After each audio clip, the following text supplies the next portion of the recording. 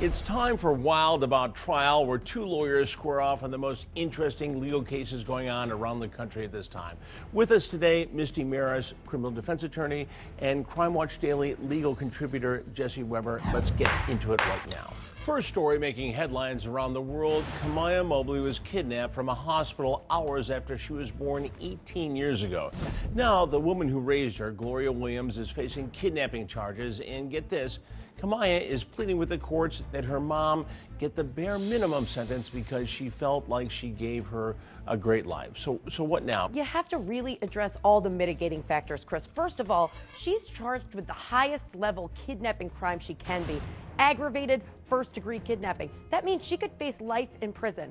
My question is, how much should Kamiyah have to suffer? She's the victim here, and prosecutors need to listen to her pleas. Misty, that is so well said. The problem from Gloria is it doesn't matter. This is by far a clear-cut case of kidnapping and custodial interference. She is going to be convicted. That's a matter of fact. I believe she will not get life in prison. I think she will get 30 years in prison because we've seen similar cases of this, Chris, where people have kidnapped babies because they've been depressed for other kinds of reasons, and they've gotten 30 years in prison. That same thing's going to happen to her. Don't forget, her attorneys have raised a mental defect defense in this case. How much that's going to play in to that guilty verdict, we'll see. I think they're going to be able to mitigate this away from kidnapping one. Mental breakdown defense, I like it. Mental breakdown. It's not the same thing as insanity. She knew what she was doing. And you know why she knew what she was doing?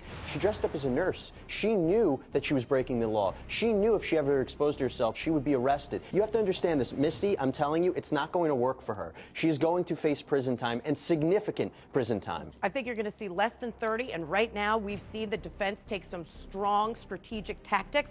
I think they're looking to see if there's a way to get a plea deal done before this trial even goes.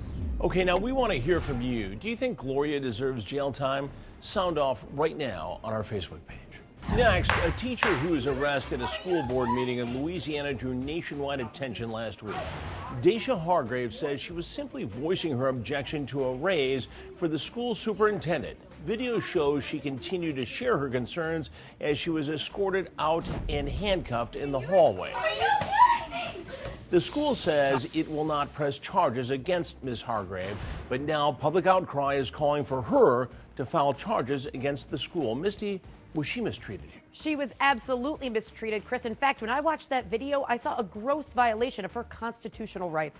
She's in a school board meeting voicing concern over the compensation and salaries of the superintendents and other teachers. That's what's called a protected activity. At the top, that's not where kids learn. It's in the classroom. And those teachers, like myself, are not getting a dime. The way I see it, she has a civil rights violation case for the violation of her First Amendment rights, an excessive force case, and possibly a retaliation case for engaging in a protected activity. It's not so simple, Misty. We see, Misty, allow me. This is hard to Misty, defend, allow me. though. Let's look at the video, Chris. I want to talk about that video.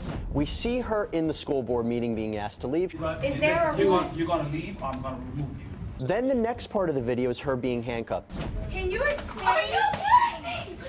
Do we have any idea what happened in that middle point? Wait, Misty, what happened? What was the conversation between her and the arresting officer? We don't know. She was charged with resisting arrest and being on the premises after being forbidden to do so. Those are serious charges that were dropped. They were eventually dropped. I wonder why they were dropped, Chris. No, Misty, perhaps because they had no merit. I think it's a different scenario to say that her First Amendment rights were violated when she did not adhere to the rules of the school board meeting. When you're talking about what you can say in the context of a school board meeting, you have constitutional rights. That's a public entity, okay? So, first of all, if she wants to But not unlimited rights, Misty. Aren't her First Amendment rights not as secure as they would be if she was a private citizen? She's speaking in her capacity as a teacher. The employer, the superintendent, is allowed to restrict her speech in certain circumstances. I didn't hear any profanity, Jesse, which is not protected by First Amendment There was rights. a rules and regulations of that school board meeting. She made a scene. She was asked to leave. And then the next thing we know, she was in handcuffs. I reviewed those rules and regulations. I don't think they're constitutional. Second of all, she was stifled